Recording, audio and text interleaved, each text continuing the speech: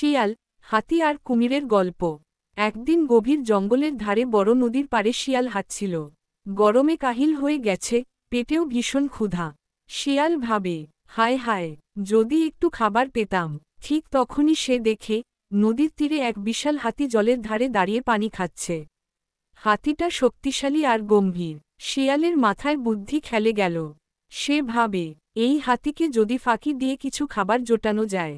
শিয়াল ধীরে ধীরে এগিয়ে গিয়ে বলে, হাতিদা, তুমি তো এই জঙ্গলের সবচেয়ে শক্তিশালী প্রাণী।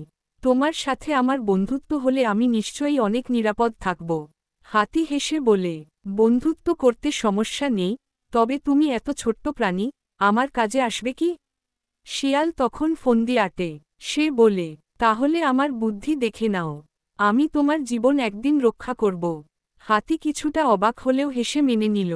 Dash dash dash. এদিকে নদীর মধ্যে ছিল এক চালাক কুমির। সে সবসময় নদীর ধারে আসা প্রাণীদের শিকার করার চেষ্টা করে। শিয়ালকে দেখে তার চোখ চকচক করল। সে ভাবে, আহা, আজ বর্ষর ভোজ হবে।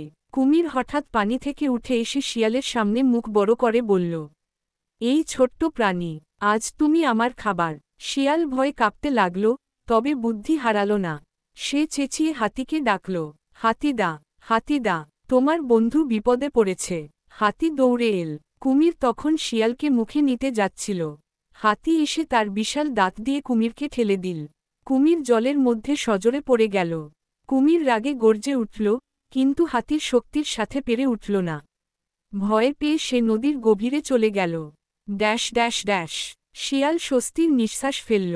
সে হাতির দিকে তাকিয়ে বলল, দেখলে হাতিদা, আমি বলেছিলাম, আমি তোমার জীবন বাঁচাব। যদি আমি না ডাকতাম, কুমির তোমাকেই আক্রমণ করত। হাতি মৃদু হেসে বলল, তুমি ছোট হলেও তোমার বুদ্ধি বড়। আজ থেকে তুমি আমার সেরা বন্ধু। শিয়াল আনন্দে লেজ নেড়ে খুশিতে লাফাতে লাগল।